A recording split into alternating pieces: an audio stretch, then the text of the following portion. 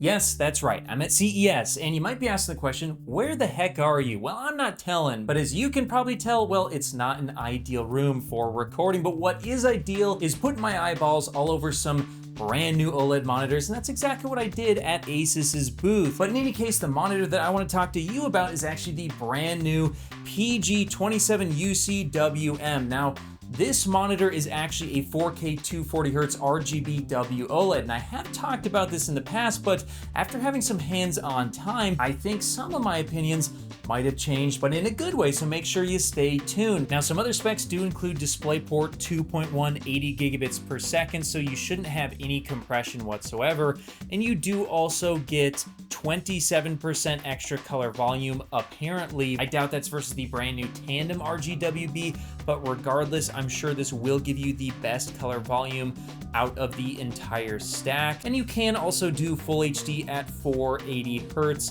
It does come with their Neo Proximity Sensor and USB-C 90-watt power delivery. So there's a ton of good stuff here. And of course, you are also going to get 99% DCI P3 coverage.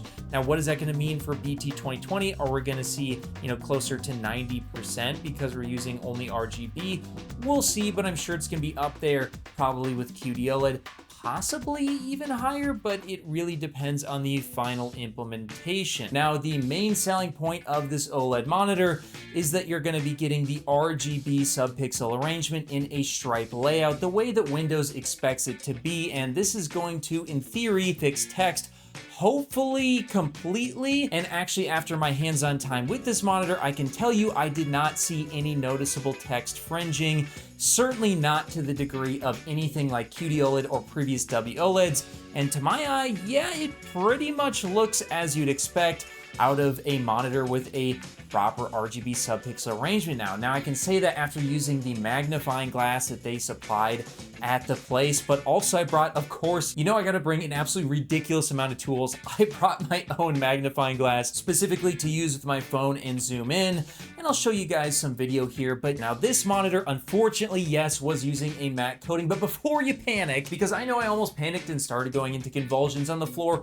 right there in the convention center.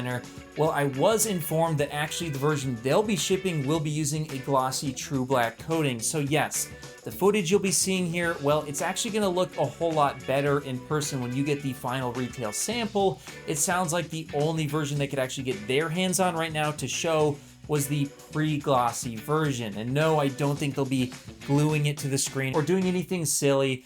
I think it's just going to be the same true black glossy coating that we saw on their 32-inch version, which means, hooray, it is actually going to look extremely clear and extremely crisp. Now, of course, I want to get my hands on it before I make the final decision on how clear it really is. But yes, based on previous OLEDs, it's been basically near perfect. And when you match that with a 4K resolution at a 27-inch size, well, as you can imagine, the clarity is going to be absolutely unreal. Now, the reason why I'm a little bit hesitant to tell you that it's the most clear OLED that I've ever had my hands on is because, well, I don't have my hands on the glossy version, and that's going to make a huge difference in the overall clarity, because the version that I saw, sure, text looked better, but with a matte coating over the top, it's hard to make a final decision. But if everything pans out, yeah, probably expect this to be the most clear OLED that money can buy, and possibly one of the most clear displays, period. But one other thing I want to talk about is the brightness, because unfortunately, when we do go to RGB OLED in a stripe layout, well, getting rid of that W,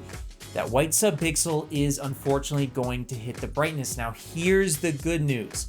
I did actually do some testing here, and what I found was, even though this isn't even a retail sample, and I do believe it will be getting brighter, especially at least hopefully in a 100% window, I did still see over 200 nits in a 100% window, and I saw over 600 nits in a 10% window. Now that's funny because even the most bright tandem OLEDs of our time, well, they're still sitting around that 600 nits, probably 650. Some can technically get brighter than that, but not a ton brighter in a 10% window if you mess with some settings. So this also being around that same brightness in a 10% window, I actually think that this might get a little bit closer to the brightest OLEDs than you might have been expecting. So I'm here to tell you I was pleasantly surprised with the brightness. It was actually better than I was hoping for. Just keep in mind, if you're using, Google Docs, something like that, yeah, it'll probably be noticeably dimmer in those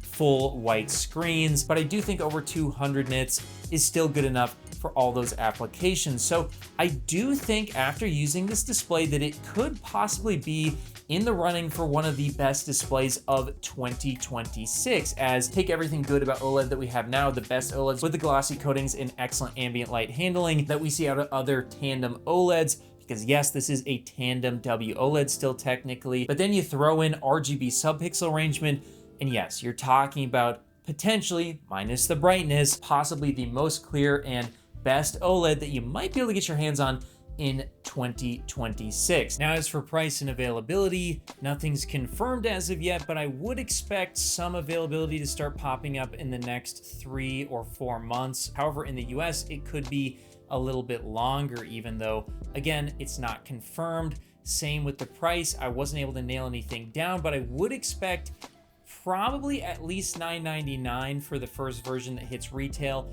possibly other versions coming in at a lower price in the future, but just based on previous monitors from ASUS, that's where I would probably expect it to land. But let me know in the comments below, would you buy an RGB OLED at a little bit lower brightness, or would you buy an RGBW OLED to get the higher brightness but worse text clarity? And also make sure you're subscribed for all the additional CES coverage coming very soon.